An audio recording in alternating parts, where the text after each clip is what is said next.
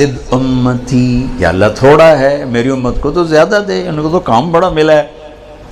اچھا میرے حبیب، من ذا الذی یقرض اللہ قرضا حسنا فیضاعف له اضعافا کثیرا، کون ہے جو مجھے قرضہ دے میں بڑھا کے کر دوں کئی گنا؟ عدد معلوم نہیں تو غیر معلوم سی چیز تھی۔ میرے نبی نے کہا یا اللہ زد امتی، تھوڑا اور زیادہ فرما۔ اللہ نے کہا چلو تیسری بات، مثل الذین ينفقون اموالهم فی سبیل اللہ کمثل حبۃ انبتت سبع سنابل فی کل سنبلۃ مئۃ حبۃ واللہ یضاعف لمن یشاء واللہ واسع علیم۔ میرے حبیب ایک پہ 700، ایک پہ 10 اور ایک پہ 700، کتنا فرق ہے؟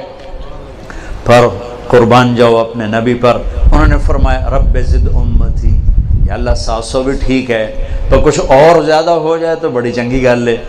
تو پھر میرے اللہ نے کہا چل میرے نبی آپ حساب کتاب چھوڑیں، انما یوفی الصابرون اجرہم بغیر حساب، آپ کی امت کے صبر والوں کو بے حساب دوں گا، کوئی ضرب تقسیم نہیں، اجر بڑھا دیے گئے، اجر بڑھا دیے گئے۔ 2 نمازوں کے درمیان جتنے گناہ کیے معاف کر دیے گئے۔ پہلی امتوں پہ زکوٰۃ 100 میں 10، ہماری زکوٰۃ 100 میں 2.5، اجر زیادہ۔ ان کی زکوٰۃ پہاڑ پہ رکھو جلا دے گی آگ، ہماری زکوٰۃ مالدار سے لے کر غریب کو دے دو، کتنی آسانی کر دی۔ ان کا روزہ 24 گھنٹے کا،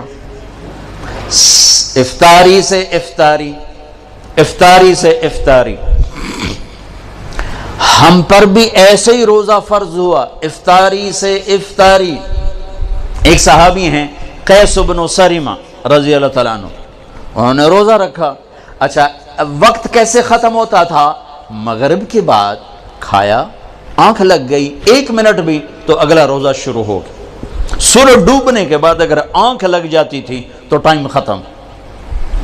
یہ اونٹ چرانے والے، کھیت میں کام کرنے والے، یہ آئے بیوی سے کہنے لگے کوئی افطاری ہے؟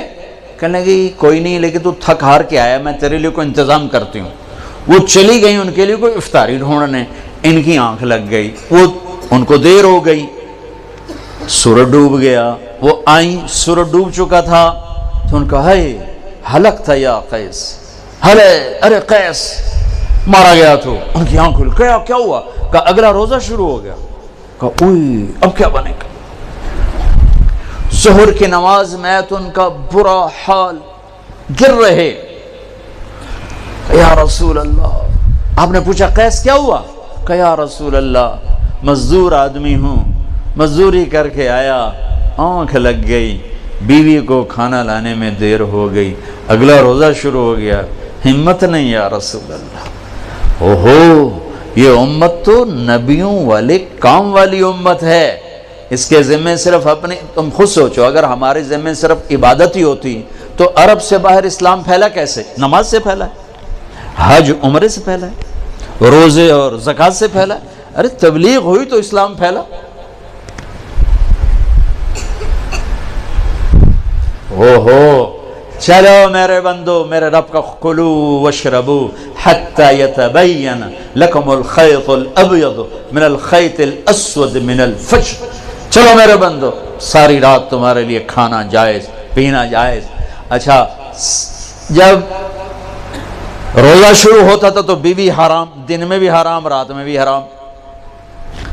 تو شروع میں روزہ بھی ایسا تھا، بیوی دن میں بھی حرام، رات میں، جب افطاری ختم تو روزہ شروع ہو گیا۔ ایک صحابی آ گیا، یا رسول اللہ میں تو مارا گیا۔ آپ نے کہا کیا ہوا؟ کہ میں روزے کی حالت میں بیوی کے پاس چلا گیا۔ ہم نے کہا اچھا، تو پھر تو غلام آزاد کر، اس کا کفارہ۔ کہ میرے پاس پیسہ ہی نہیں، میں کہاں سے آزاد کروں؟ کہا پھر تو 60 مسکینوں کو روٹی کھلا۔ وہ کہنے لگا میری اپنی پوری نہیں ہوتی، 60 نو کتھوں کھواواں۔ پھر آپ نے کہا پھر 60 روزے رکھ۔ وہ کہنے لگا ایک روزے آئے چند چاڑ ہے، 60 روزے میں کی کروں؟ آپ نے کہا اچھا بھائی بیٹھ جا، تیرا انتظام کرتا ہوں۔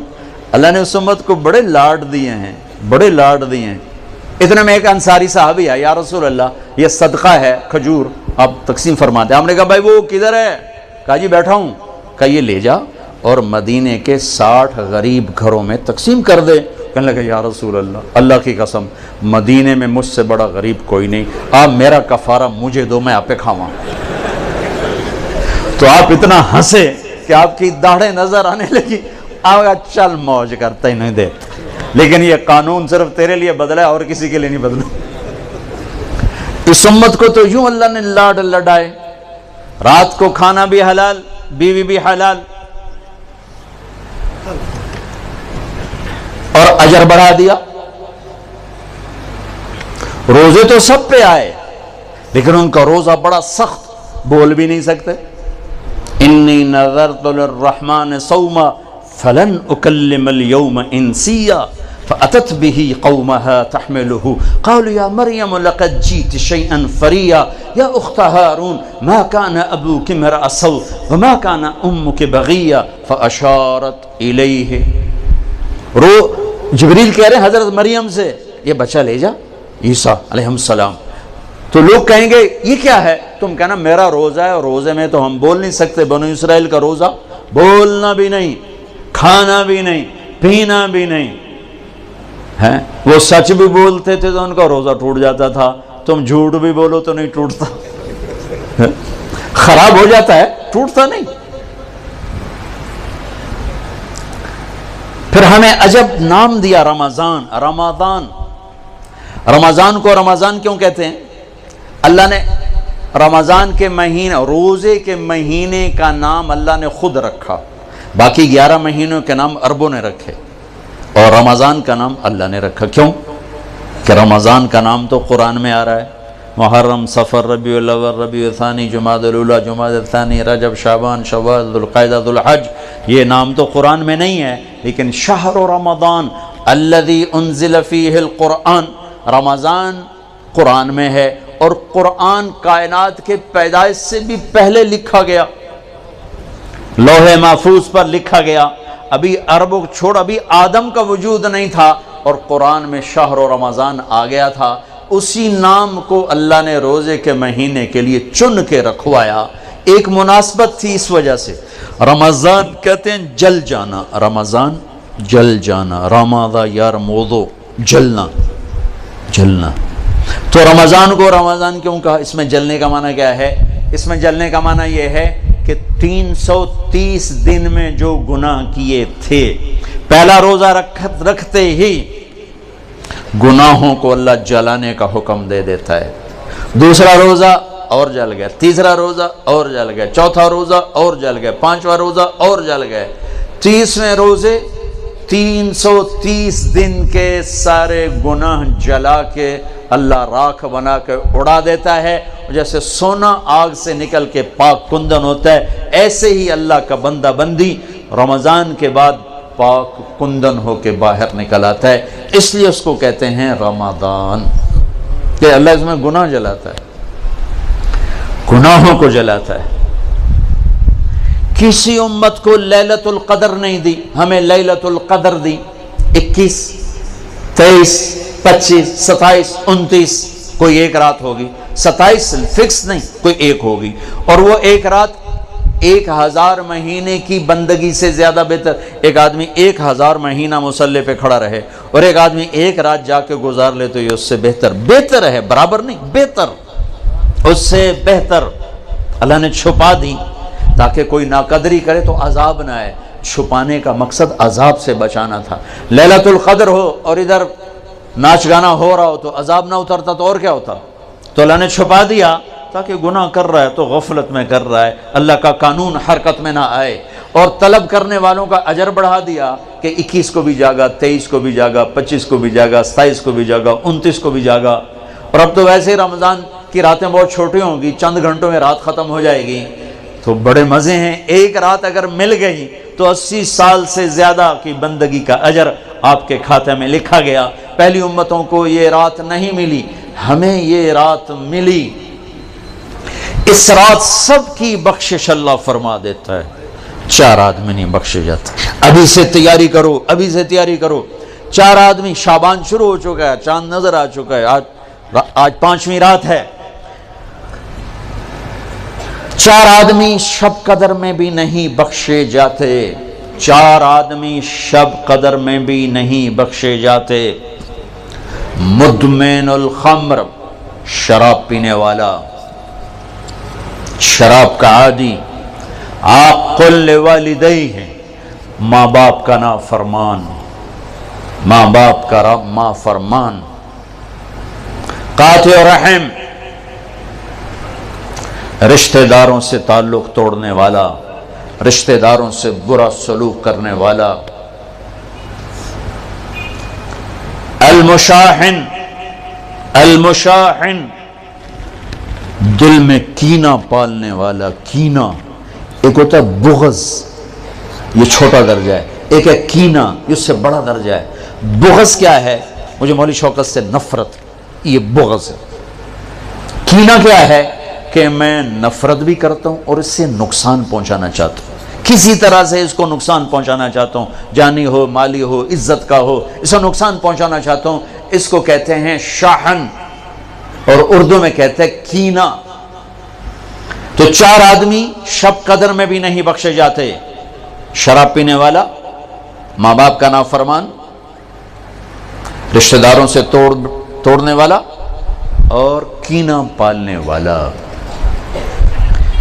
تو بھائیو ابھی سے تیاری کرو، اگر اللہ نہ کرے اس مجمع میں کوئی ایسا ہو، اگر کوئی ہے، اللہ غفور الرحیم ہے، انسان گناہگار ہے، تم توبہ کرو، اللہ معاف کرے گا، ایسے جھاڑو پھیر دے گا کہ ایک مچھر کے پر کے برابر بھی تمہارے جسم پہ گناہ باقی نہیں رہے گا۔ پھر اللہ نے ہمیں تراویح کی نماز دی جو کسی امت کو نہیں دی، ہمیں دی، ہمیں دی۔ ہمارے نبی نے 3 دن پڑھی، اس کے بعد چوتھی رات سب بیٹھے ہوئے، حتیٰ کہ سحری کا وقت ہو گیا، آپ نہیں آئے۔ پھر فرمایا صبح میں دیکھ رہا تھا تمہارا شوق و ذوق، لیکن میں اس ڈر سے نہیں آیا کہیں تم پہ واجب نہ ہو جائے، میں قربان جو اپنے نبی کی محبت اور رحمت پر، کہ میں چوتھے دن اس لیے نہیں آیا کہ تم پہ واجب نہ ہو جائے۔ اب آپ نے وہ کتنی پڑھی، اس کی تعداد کسی صحیح حدیث سے معلوم نہیں، ایک ضعیف حدیث میں آتا ہے 20 تراویح پڑھی آپ، لیکن حضرت عمر کا عمل اس تعداد کو متعین کرتا ہے۔ صدیقی دور میں تراویح لوگ پڑھتے تھے، ایک حافظ کے پیچھے 10، ایک کے پیچھے 20، ایک کے پیچھے 50، الگ الگ۔ عمر رضی اللہ تعالیٰ عنہ نے سب کو جمع کیا، ابی بن کعب کو امام بنایا اور 20 تراویح کو جاری فرمایا۔ اس دن سے لے کر آج تک حرمین 20 تراویح کے ساتھ روشن ہے، مزین ہے۔ چونکہ یہ اوکھی نماز تھی، اور خاص طور پر جیسی سحری ہم کھاتے ہیں، پہلے پکوڑے، اتو سموسے، اتو جلیبیاں، اتو کوئی کباب، کوئی پیس، اتو کوئی 7 اپ، ایس واری روح افزادی تباہی پھرنی، اور پھر پڑے ہوتے ہیں ہن ترابیاں کہ میں پڑھی ہے، تو بندیاں طرح کھاتے آپ پہ ہی پڑھ سکنا ہے، کھایا ہی ویشیوں کی طرح۔ جو افطاری پہ تباہی پھیرتے ہیں، سارے روزے کا مقصد ہی فوت ہو جاتا ہے۔ روزے کا مقصد ہے گندے، ایک تو اللہ کا امر ہے، جسم کے لیے جو روزے کا فائدہ ہے وہ جسم کو جلانا ہے، گندے فاضل چیزیں جو جمع ہو جاتی ہیں وہ بھوک اور پیاس سے جل جل جل جل پورا جسم صاف ہو جاتا ہے، لیکن ہم اتنا ٹھوکتے ہیں افطاری میں اس کے اندر، اور پھر سحری پہ پراٹھوں کی بھرمار، وہ الٹا مزید رمضان میں بیمار ہو جاتے ہیں، اور عید دی سیویاں کھا کھا ڈاکٹراں دی موج بنی ہوندی، سارے کلینک بھرے پڑے ہوتے۔ بھوکا رکھو اپنے آپ کو، بھوک محسوس کرو، پیاس محسوس کرو، پورا جسم دھل جائے گا، صاف ہو جائے گا۔ اگر کنٹرول کر کے کھاؤ تو تراویح چونکہ مشقت ہے، تو چلو بھائی چیک سائن، کیا تراویح کے ہر سجدے پہ 1500 نیکی لکھی جائے گی، 40 سجدے 60,000 نیکیاں لو۔ تراویح کے ہر سجدے پر جنت میں ایک گھر بنے گا جس کے 60,000 سونے چاندی کے دروازے ہوں گے، سرخ یاقوت کا۔ تراویح کے ہر سجدے پر جنت میں ایک درخت لگے گا جس کے نیچے 100 سال گھوڑا دوڑ سکتا ہے۔ اور آخری رات، روزے کی آخری رات، اللہ تعالیٰ اپنے فرشتوں سے فرمائے گا کیا بدلہ ہے اس مزدور کا جو کام پورا کر دے فرشتے کہتے ہیں اللہ اس کی مزدوری دے دی جائے، کہ پھر تم گواہ رہو رات کی تراویح اور دن کے روزے کے بدلے میں نے امت محمد کو معاف کر دیا، ان کے سارے گناہ معاف کر دیا۔ اور عید کی نماز پر فرشتے اترتے ہیں، گلیاں بھر جاتی ہیں، پکارتے ہیں چلو اپنے رب کی رحمت کی طرف، اور اللہ کہتا ہے آج جو دنیا کا مانگو گے تمہاری مسلط کو دیکھوں گا، جو آخرت کا مانگو گے سب کچھ تمہیں دوں گا، لیکن 4 آدمیوں کے بغیر، شراب پینے والا، ماں باپ کا نافرمان، رشتہ داروں سے توڑنے والا، لوگوں کے بارے میں کینہ اور بغض پالنے والا، اس کے علاوہ سب جاؤ جاؤ جاؤ۔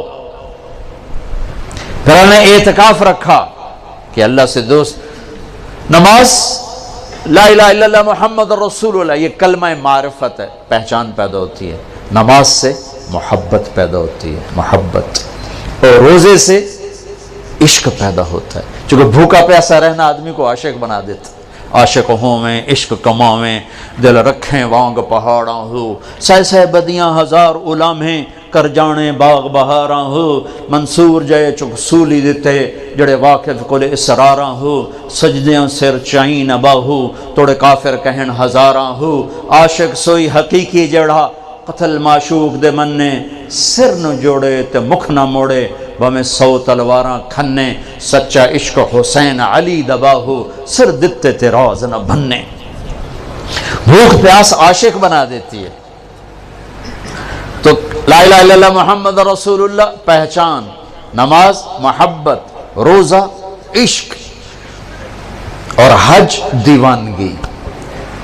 پھر حج کیا ہے؟ وہ عاشق ملاقات چاہتا ہے، اور عاشق کے لیے بن سنورنا تو شان عشق ہی نہیں، شان عشق میں دیوانگی ہی شان ہے، لہذا کپڑے اتار دے 2 چادریں، ٹوپی اتار دے عزت کی نشانی ہے، جوتا بھی اتار دے پر چلو شاید کانٹے چبھیں، ایسا جوتا پہن جو برائے نام جوتا ہو، صرف تیرے تلوے کی حفاظت کرے، ایسا جوتا برائے نام، خوشبو نہیں لگانی، کنگھی نہیں کرنی، جوئیں پڑ جائیں نہیں مارنی، بیوی کو نہیں دیکھنا، اب بس اب میرا عاشق بن کے آ، تیرے کوچے اس بہانے مجھے دن سے رات کرنا، کبھی اس سے بات کرنا کبھی اس سے بات کرنا، یہ طواف کی حقیقت ہے۔ طواف بھی تو عبادت کی شکل تو کوئی نہیں، عبادت تو یہ تو عبادت کی شکل ہے، سجدہ رکوع، اور طواف میں احرام باندھا ہوا، پکار رہے ہیں چیخ رہے ہیں، اور چکر لگائے جا رہے ہیں، چکر لگائے جاؤ، بھائی کیا کر رہے ہو؟ یہ ڈھونڈ رہا ہے، اونچے کوٹھے تے چڑھ دیکھاں، ابھا دیکھاں لمحہ دیکھاں، ڈٹھی دل کو دیواں ٹیکاں، سجن مل سم کے مر پوساں، یہ وہ ہے ابھا دیکھاں لمحہ دیکھاں، خواجہ غلام فرید۔ طواف کیا ہے؟ عشق کی انتہا ہے، کدھر ہے میرا محبوب، کدھر ہے کدھر ہے کدھر کدھر ہے؟ جنید بغدادی رات کو طواف کر رہے تھے، اندھیرے میں ایک لڑکی طواف کر رہی تھی اور شعر پڑھ رہی، ابا الحب ان یخفا وکم قد کتمتہ فاصبح عندی قد اناخ وطنبا، اذا اشتد شوقی ہام قلبی بذکرہ وان رمت قربا من حبیبی تقربا۔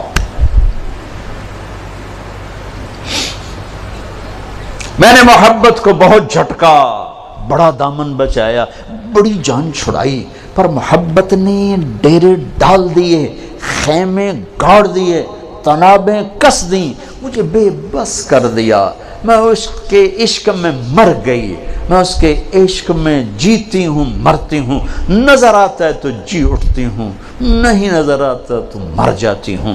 جنید بغدادی جیسا عارف باللہ دھوکہ کھا گیا، وہ لڑکی کیسی بدتمیز ہے، بیت اللہ میں کیا کہہ رہی ہے، تو وہ دیکھ کے ہنس پڑی، لولا التقى لم احجر عن طيب الوسن، جنید میرے اشعار کا مطلب غلط نہ سمجھ، جس کے عشق میں تو آیا ہے اسی کے عشق میں میں یہاں آئی ہوں۔ پھر کہنے لگی یہ تو بتا تو کس کا طواف کر رہا ہے؟ جنید کہنے لگے بیت اللہ کا، تو زور سے ہنس پڑی، یوں آسمان کی طرف نگاہ دوڑائی کہ میرے مولا یہ تیرے کیسے دیوانے بندے ہیں جو تجھے چھوڑ کر پتھروں کا طواف کرتے ہیں۔ جنید بغدادی غش کھا کے گر گئے، ہوش آیا تو لڑکی جا چکی تھی۔ کلمے سے پہچان، نماز سے محبت، روزے سے عشق، اور حج میں ملاقات۔ ملاقات کا سفر ہے۔ یہ پاگل لبیک اللہم لبیک جیسے دیوانہ چیختا ہے، چیخو۔ خوشبو لگائی تو جرمانہ دینا پڑے گا، ناخن کاٹے تو جرمانہ دینا پڑے گا، اتنا مضبوط کر دیا، پورا عشق کا نقشہ بنا دیا۔ العج والثج، چلانا، ای الحاج افضل الشائث الطفل، یا رسول اللہ سب سے بہترین حاجی کون ہے؟ کہا میلا کچیلا جوئیں پڑی ہوئی، جو سب سے زیادہ دیوانہ نظر آئے وہی سب سے بڑا حاجی ہے۔ تو روزہ محبت کو بھڑکاتا ہے، آگ لگاتا ہے، چونکہ بھوک ایک آگ ہے، پیاس ایک آگ ہے جو آتش عشق کو بھڑکا۔ آج جیسے آتش عشق بھڑکتی ہے تو سارا وجود اس کی لپیٹ میں آتا ہے، روزہ آتش عشق ہے۔ پر ہمیں بھوک لگتی، مالدار لوگ اے سی میں پڑے رہتے ہیں، اور ویسے ہی 60-70% روزہ رکھتے ہی نہیں۔ اب تو ہمارے دیہاتوں میں کسی کو پتہ نہیں ہوتا رمضان ہے، کسی کو پتہ ہی نہیں ہوتا۔ تو شہروں میں اللہ تعالیٰ جزائے خیر دے پٹھانوں کو، سرحد کے علاقے میں چاہے کوئی کتنا ہی برا انسان ہے، روزہ نہیں چھوڑے، روزہ ضرور رکھے، روزہ نہیں چھوڑتے، اللہ ان کو جزائے خیر۔ ان کی عورتیں بھی، ان کے مرد بھی روزہ نہیں چھوڑتے۔ تو اللہ نے اس میں اعتکاف رکھا، ایک دن کا اعتکاف، 10 سال کی بے ریا عبادت سے افضل ایک دن کا اعتکاف، 3 خندق جہنم سے دوری۔ پر جو اعتکاف میں بیٹھے علماء سے پوچھیں ضرور، میں نے اعتکاف والوں میں سے 80% کا اعتکاف ٹوٹتے ہی دیکھا ہے۔ ایمیں خیمے لا کے بیٹھ جاندے ہیں، پوچھتے ہے کوئی نہیں، پوچھ کے بیٹھنا جو بیٹھے۔ پھر ایک اللہ نے رکھا مالدار پر کہ غریبوں کی عید اچھی ہو جائے، ان کو فطر ادا کرو، صدقہ فطر ادا کرو۔ یہ کیا ہے؟ یہ غریب کی روٹی اچھی ہو جائے عید کے دن، اس کے بچے بھی خوش ہو جائیں۔ ہمارے عام طور پر گندم کے حساب سے، میں یہ اس لیے بیان کر رہا ہوں کہ میرا دوبارہ سفر اب انشاءاللہ عید پر ہوگا، ابھی جاؤں گا، میرا یورپ کا سفر ہے، پھر دوبارہ سفر ہے 3 ملکوں کا، اس کے بعد پھر رمضان کا سفر ہے۔ تو اب زندگی رہی تو عید پہ ملاقات ہوگی، تو یہ باتیں میں رمضان میں یہاں بتایا کرتا ہوں، لیکن مجھے لگتا ہے رمضان میں یہاں نہیں ہوگا، تو یہ ساری باتیں میں آپ کے سامنے عرض کر رہا ہوں۔ صدقہ فطر ہے، عام طور پر لوگ گندم کے حساب سے دیتے ہیں، جو آج کل میرے خیال میں 80 روپے بنتے ہیں۔ میں آپ کو اپنے نبی کا طریقہ بتاتا ہوں، اس پہ دو تو آپ کو اجر ملے گا۔ ہمارے نبی دیتے تھے صدقہ فطر کشمش کا اور کھجور کا، اور کشمش وہ ہے 3 کلو پوری، اور کھجور آدھی ہے 2 کلو گندم، اور کشمش ہے 3 کلو، تو 300 روپے تقریباً کلو ہے کشمش، جو اچھی ہوتی۔ ایک آدمی کا صدقہ فطر 1000 کے قریب بن جاتا ہے۔ یا کھجور کے حساب سے دو تو کم از کم ایک آدمی کا صدقہ فطر 300-400 روپے بن جاتا ہے۔ تو ایک گھر میں 4 افراد ہوں، اگر وہ کشمش کے حساب سے دے تو 4000 روپے جس گھر میں جائے گا وہ اندر سے دعا نکلے گی۔ تو اور 4 آدمی 80 کے حساب تو 320 روپے، اس تو شکریہ بھی نہیں آکھن۔ آج ہم راستے میں تھے تو وہ ایک فقیر آ گیا چھوٹے سے قد کا، تو میں نے بیٹے سے کہا کہ تیرے پاس کوئی 500 روپے ہے؟ کہنے لگا نہیں، نکالا 100 روپے۔ میں کہا پتر 100 روپے نال دعا نہیں نکلنی، 1000 دے دے۔ رہا میں نے تو کوئی 1000 دیا تو اس نے یوں ہاتھ کھڑے کیے، میں کہا ویکھیے یہ 1000 دا لگ گیا دھکا، یہ ہاتھ 1000 تو بغیر اتنے نہ جا سکتے۔ تو اصل تو دعا ملے، اندر سے دعائیں کروائی نہیں جاتی، دعائیں لی جاتی ہیں۔ حضرت ابھی دعا کرو، حضرت ابھی ہاتھ اٹھاؤ، ہمیں حضرت دا دل ہوئے نہ ہوئے ہونے ہاتھ چاہ، ہوں تو او دی نہیں سنی ہمیں تیری کی تو سنی، کیونکہ دعا تو اندر کی کیفیت کا نام ہے، الفاظ کا نام دعا نہیں ہے۔ اور یہ سرحد میں تو پٹھان سر چڑھ جاتے ہیں، دعا کوا ابھی ہاتھ اٹھاؤ۔ اور میں نے وہاں دیکھا، وہاں رواج ہے، چل ہو گئی دعا، جو اللہ سے مذاق ہے۔ دعا تو فریاد کو کہتے، فریاد فریاد فریاد کرنا سیکھ لو، تمہاری سب سنے گا۔ تو صدقہ فطر دو کشمش کے حساب سے تو غریب کی دعا لگے گی۔ نہیں دل کرتا چلو گندم اور ساتھ کھجور کے حساب سے دے دو، زیادہ ہی دل گھبراتا ہے پیسہ دینے میں، چلو کھجور کے گندم کے حساب سے تو دو، گندم کے حساب سے تو دو۔ اور یہ جو اللہ کے راستے میں جا رہے ہیں، دیکھو ساری آسمانی کتابیں رمضان میں اتری، یکم رمضان کو ابراہیم علیہ السلام پہ صحیفے اترے، 2 رمضان کو عیسیٰ علیہ السلام پر، موسیٰ علیہ السلام پر تورات اتری، 6 رمضان کو داؤد علیہ السلام پر زبور اتری، 12 رمضان کو یا 18 کو عیسیٰ علیہ السلام پر انجیل اتری، اور 21 رمضان کو ایک روایت کے مطابق اللہ کے نبی پر قرآن اترا۔ سارا آسمانی علم رمضان میں آیا ہے، رمضان میں۔ اور رمضان سے وحی کا سلسلہ شروع ہوا اور دعوت کا سلسلہ شروع ہوا۔ تو آپ اللہ کے راستے میں جا رہے ہو، آپ کا رمضان گھر میں ساری رات نفل پڑھنے والے، سارا دن مصلی پہ بیٹھنے والوں سے بھی آپ کا رمضان قیمتی گزرے گا، کہ آپ کے سونے پر بھی وہ اجر ہے جو گھر میں نفل پڑھنے والے کو بھی نہیں مل سکتا۔ امت کو دعوت کا کام ملا تو اس کے اعمال کی طاقت بڑھا دی گئی، اس کے اعمال کا اجر بڑھا دیا گیا۔ تو بھائیو، ابھی شعبان ہے تو شعبان میں بھی ایک رات ہمیں ملی ہے، ہاں یاد آ گیا، 15 شعبان کی رات۔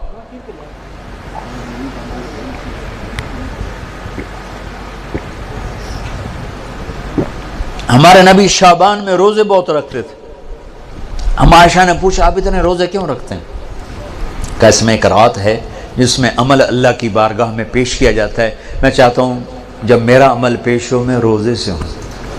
15 شعبان کی رات جس دن اعلان ہوتا ہے، آئے ہوئے ہوئے، ویسے تو اللہ کو سب کچھ لکھا ہوا ہے، لیکن فرشتوں میں اعلان 15 شعبان کو ہوتا ہے، یہ ہوگا، یہ ہوگا، یہ مر جائیں گے۔ تو اوپر ان کا نام مردوں کی فہرست میں ہوتا ہے، نیچے وہ زندہ ہوتے ہیں۔ فرشتے ان کو دیکھ کے ہنستے ہیں کہ کیسا بے وقوف ہے، اوپر موت کے فیصلے ہیں، یہاں لڑائیاں کر رہا ہے، جھگڑے کر رہا ہے، سود کھا رہا ہے، رشوت لے رہا ہے، زنا کر رہا ہے، جھوٹ بول رہا ہے، جوئے کھیل رہا ہے، قتل کر رہا ہے، ڈاکے ڈال رہا ہے، اوپر موت کا فیصلہ ہو چکا ہے۔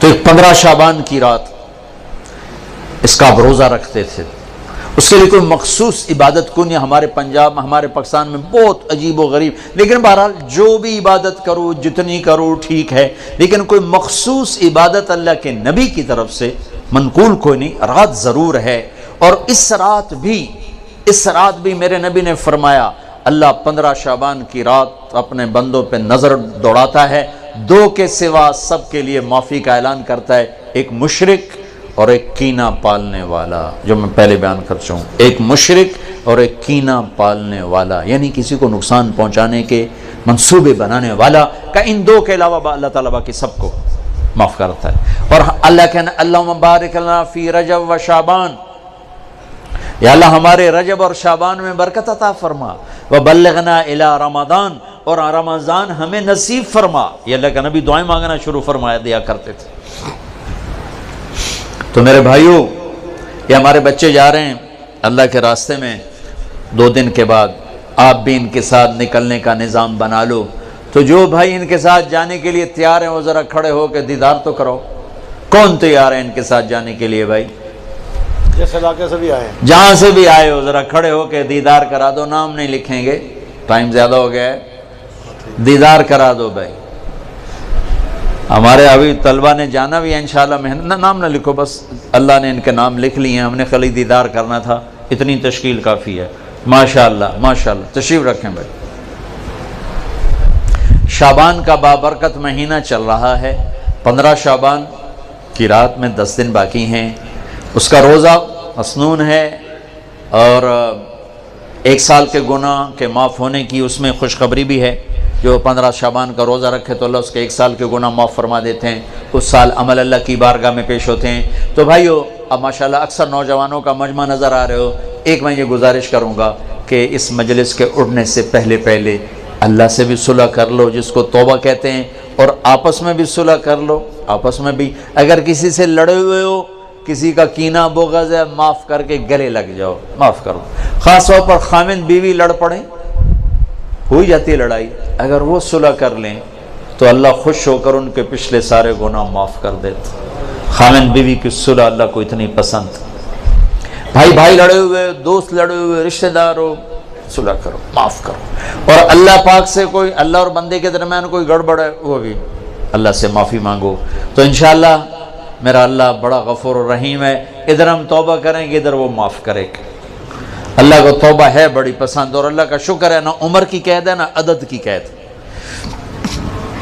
900 چوہے کھا کے بلی حج کو چلی، ہمارا محاورہ ہے. تو میں کہتا ہوں تو کدھر جائے؟ مندر جاوے؟ حج پہ ہی جانا اور کہاں جانا ہے؟ نہ کہیں جہاں میں اما ملی، جو اما ملی تو کہاں ملی، میرے جرم خانہ خراب کو تیرے عفو بندہ نواز میں. وہیں تو جانا اور کہاں جانا ہے. تو بھائیو میں آپ سے گزارش کرتا ہوں توبہ کر لو. نیت کرتے ہو انشاءاللہ آپ کے سب معاف ہو جائیں گے. اگر پھر دوبارہ ہو جائے تو ڈرو نہیں، پھر کرنا، پھر معاف ہو جائے گا. میرا نبی نے فرمایا دن میں 70 دفعہ توبہ توڑے، لیکن توبہ کر لے تو اللہ اسے خوشی سے معاف کرے گا. یہ دل میں نہ آئے کہ ایسی توبہ کا کوئی فائدہ نہیں. لوگوں کے فتوے نہ سننا، ہمارے ہاں دین سے بہت بے خبری ہے. ایک ہمارے ہاں فتویٰ بڑا سستا ہے، ایک نسخہ بڑا سستا ہے. جس کے سامنے کوئی بیماری ذکر کرو کوئی نسخہ تھپ دے گا توڑو، جس کے سامنے کوئی بات کرو فتویٰ جڑ دے. مفتی بنتے عمریں گزر جاتی ہیں اور پھر بھی وہ احتیاط برتتے ہیں. ہر بندہ مفتی.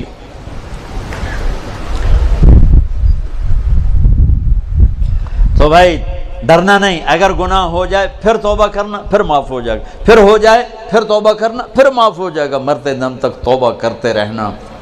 کسی درمیانے وقفے میں موت آئی تو کام بن جائے گا. کرتے ہو؟ کہو یا اللہ میری توبہ، پھر کہو یا اللہ میری توبہ، پھر کہو یا اللہ میری توبہ. بس انشاءاللہ اگر آپ نے پکی کی ہے تو آپ کو مبارک ہو، سب معاف ہو. آپ سارا مجمع ایسے بیٹھے ہو جیسے ابھی ماں کے پیٹ سے جنم لیا. کتنی مزے کی بات ہے کہ سارے گناہ معاف ہو گئے، اللہ راضی بھی ہو گیا، اللہ خوش بھی ہو گیا. اور بھائی آپ جہاں سے آئے ہو مہینے میں 3 دن ضرور تبلیغ میں لگایا کرو. ایک فرض نماز نہ چھوڑو. اپنی زندگی سے 3 کام نکال دو، ایک ظلم، ایک جھوٹ، ایک دھوکہ. 3 کام نکال دو. ظلم نکال دو، جھوٹ نکال دو، دھوکہ نکال دو. ہمارے عوام بھی ظالم ہیں. عدالتوں میں جا کے دیکھو کتنے جھوٹے مقدمے چل رہے ہیں. یہ تو کوئی سیاستدان نہیں ہے، کوئی وزیر نہیں ہے، عام لوگوں نے، دیہاتیوں نے جھوٹے مقدمے، جھوٹی گواہیاں، خود انگلیاں توڑ کے جعلی ڈاکٹری سرٹیفکیٹ بنوا کے آ جاتے. اپنی زندگی سے جھوٹ نکال دو، ظلم نکال دو، دھوکہ نکال دو. 3 چیزیں داخل کر دو. انصاف کو ڈال لو، سچائی کو ڈال لو، دیانتداری کو ڈال لو. دنیا اور آخرت کی عزتوں کا ذمہ دار ہے اللہ کا حبیب. فرائض کی پابندی کرو، کبیرہ گناہوں سے بچو. ہو جائے توبہ کرو. ماں باپ زندہ ہیں راضی کرو. بیوی کے ساتھ حسن سلوک کرو. بچوں کو حلال کھلاؤ، حرام نہ کھلاؤ. جھوٹ کا، رشوت کا، بددیانتی کا، خیانت کا، ملاوٹ کا پیسہ نہ کھلاؤ. یہ زہر ہے جو بچوں کے اندر جا رہا ہے.